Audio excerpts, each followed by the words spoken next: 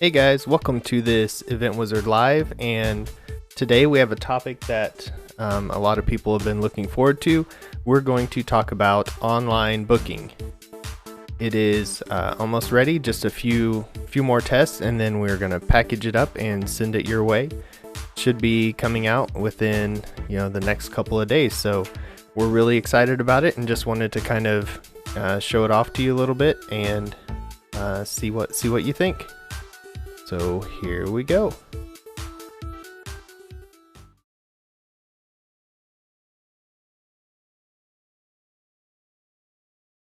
So this is the customer side of your online booking. This is our first template.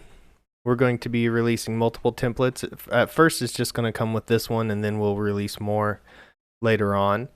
And so when your customers first log on, they'll be presented with this form to fill out that gets the date of their event and the location. There are several settings that affect what date they can choose.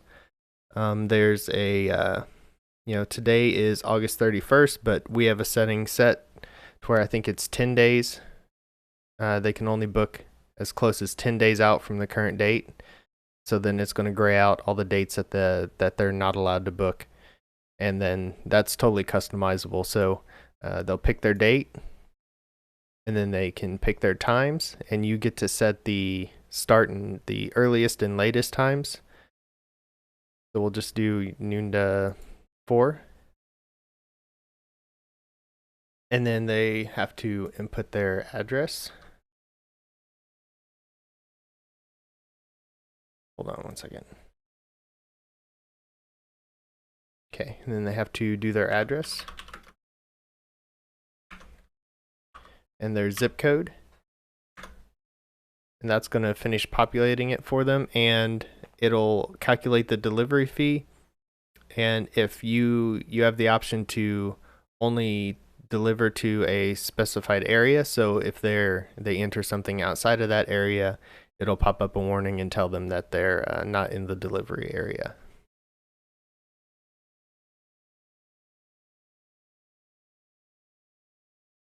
So here we have a list of the categories that you have selected to be in your online booking. First of all, this would be populated with your company name, and then this text here below the company name is also customizable. So anywhere you see my rental company would be your company name, and then most all of this text in here is customizable. And we'll talk about that later. If we don't get to it in this video, I'll do another video going over a lot of the online booking settings. So they can select their category and see that we have a couple bounce houses here. And this one is not available. So it's going to kind of fade it out. And then if they try to click the button, it's going to tell them that, it's not available. But this one over here is still available, so we can add that to the cart. And then once it's been added, it's no longer available also.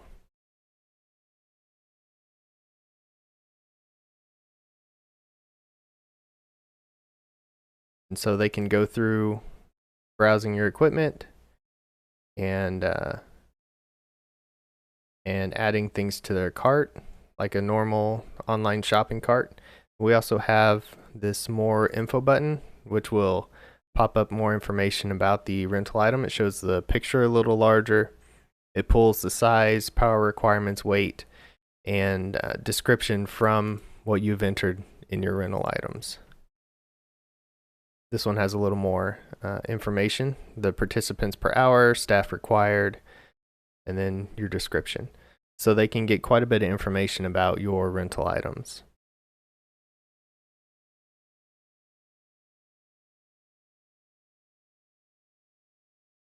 Once they've selected all the items they want to rent, they can view their cart. And then, of course, it's going to tally everything up. Shows the quantity, the rental item, the price, the option to delete an item from the cart. And then it all updates down here.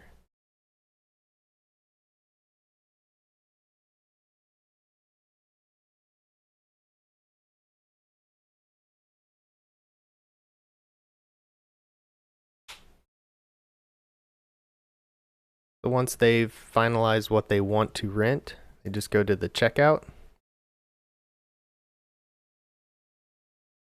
Then it gives them their cart options again. And then they can fill out all of their information. Company name is optional because a lot of the online booking will probably be more backyard parties and small things like that.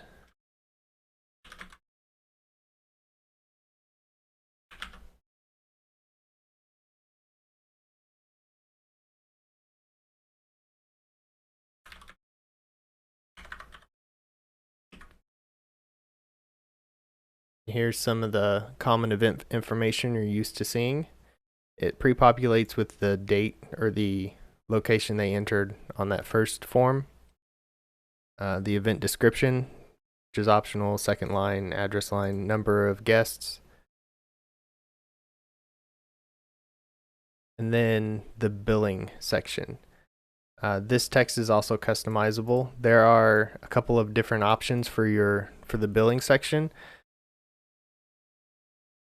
You can set it up so that they're required to enter payment information on this screen, or you can set it up so that it creates a proposal or event but doesn't require payment at the time of booking. So then you can contact them to make payment or to collect payment.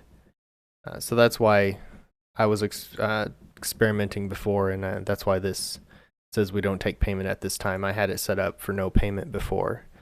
But you can customize this text to kind of explain your billing process. And then if you have chosen not to take payment at this time, it won't take any of this information, and it will only make them agree to your terms. So the terms open up in another page, and you can customize this in your form management just like all of your other forms. So we'll duplicate all that information.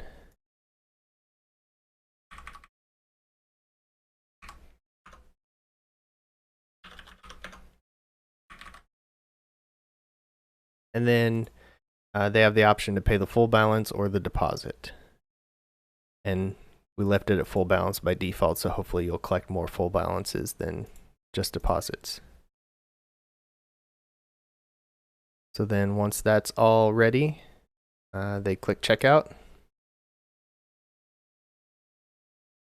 It goes through the process and it double checks availability in case anything has been booked out from under them, so it won't cause a double booking. It'll pop up. If that happens, it'll pop up and say, this item is no longer available and it's been removed from your cart, and then they can go back through and fix their order and go through the checkout again. And then this text here is also customizable, and so they'll receive an email about their event.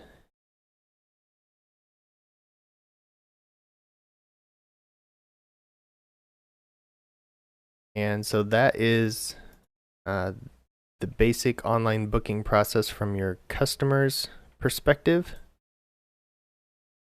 And so since that didn't take very long, we will go ahead and we'll go over some of the settings for the online booking.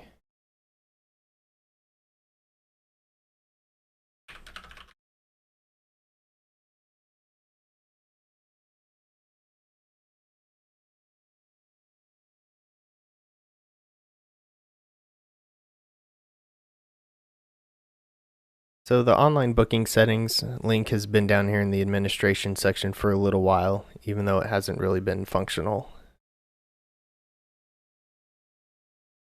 So down here in administration, online booking settings, the URL to your online booking. I think if this is blank, it'll default to based on it'll create that URL based on these settings down here where you can enter your remote address and stuff.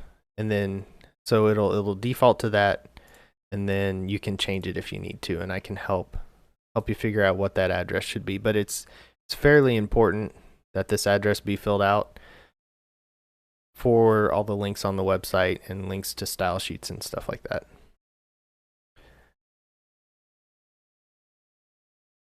Now in the default template, the default logo will not be used at this time. It may be used in other templates, and then so you'll be able to upload a separate logo for online booking if you like. And then you select which pricing you want to offer for online booking, the minimum hours, the maximum hours, and if they select something outside of that range, whether it's too short or too long, it will notify them and make them adjust their time before they can continue.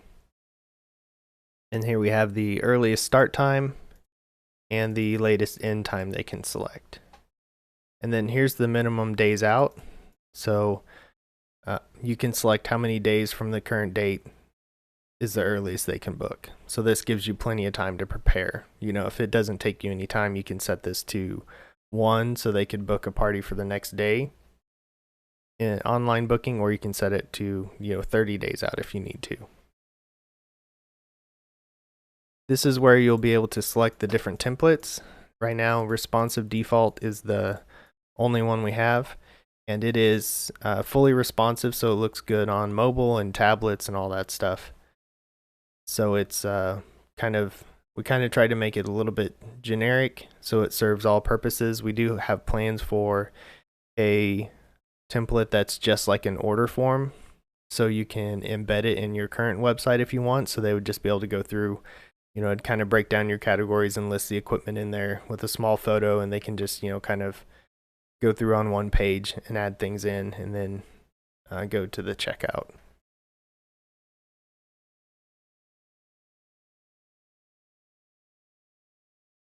In this save online booking as, this is where you can determine whether you want to collect payment at the time of online booking or not, and whether it's saved as an event or a proposal.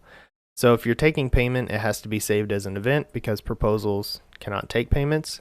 And then so you can choose event, payment required, event no payment, proposal no payment. And that will show you that's how it's put into the system. I'll show you the one I just created. So you can see it was put into the system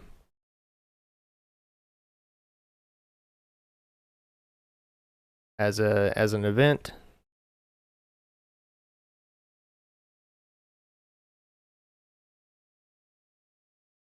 Oh, okay. Sorry. I was trying to figure out why the total was wrong, but I was playing around with this feature. You may not be familiar with auto add rentals, so it's automatically added this bouncer. So you don't want to automatically add items that cost something to your online booking or to your events if you're going to do online booking, because it'll confuse you and your customers.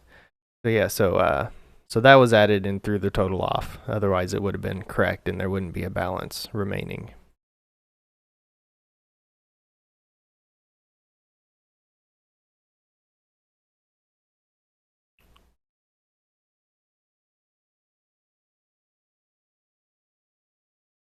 I just realized something that we're going to have to do is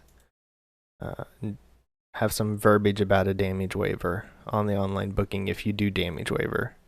So that's one thing that needs to be done before we release it.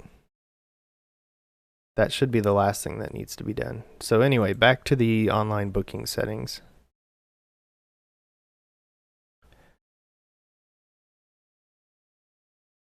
Okay, so and then delivery area.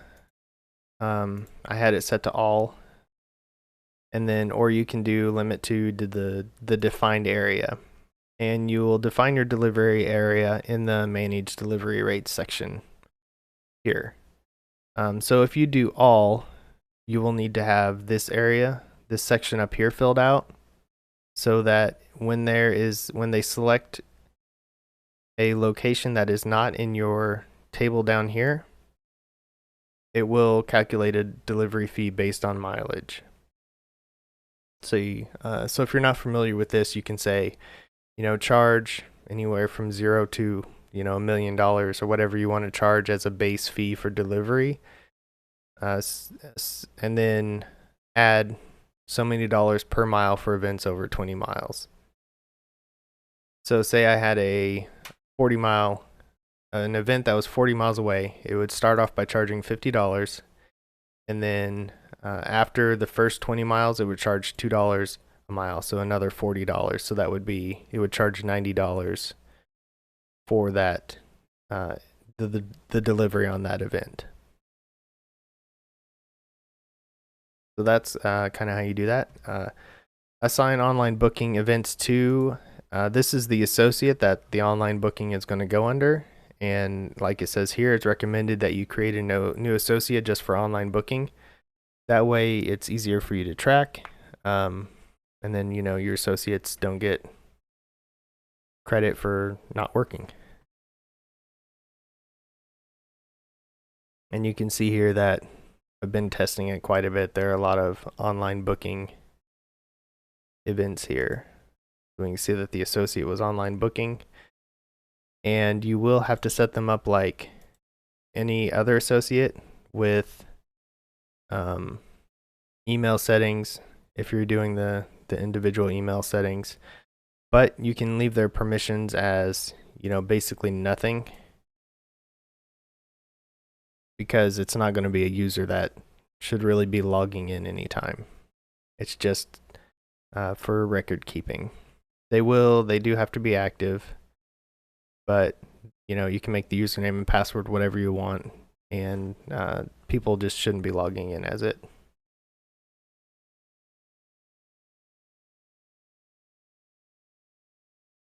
So then here is where we get to the final email that they're going to get once they complete it. The confirmation email subject and the email text. And then you can select what attachment should be attached to it. Just like when you email from the event summary, these are the items that are going to be attached to the email.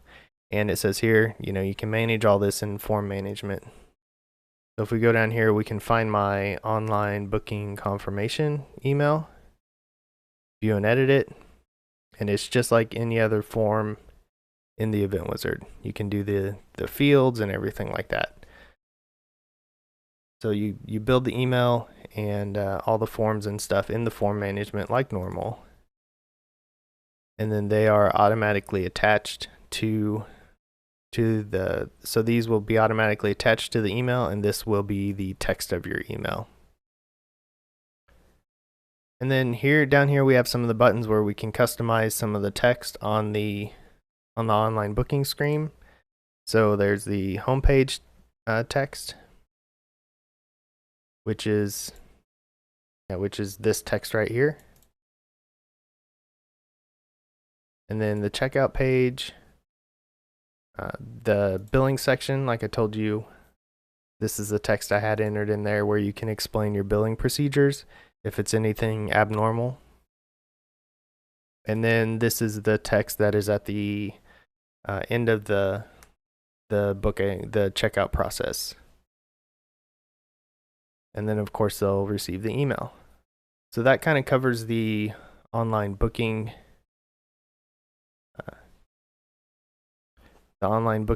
process and the settings. So I hope you've learned something, and like I said, this should be out. We're need to do a little more testing and write that one more feature to add the damage waiver to the online booking, and then after that we will be able to package it up and send it out to you. And then once you guys have some experience with it, we'll take your feedback and we'll make adjustments from there. We already have some plans on expanding it, like I said, with more templates, more functionality. Eventually, it will grow into a full-fledged content management system where you could run a complete website from it. That's a little way off in the future, but that's kind of our end goal with this. So we're excited to see what you guys think and hear your feedback. So I'll be looking for an update in the next couple of days. And I will be talking to y'all later.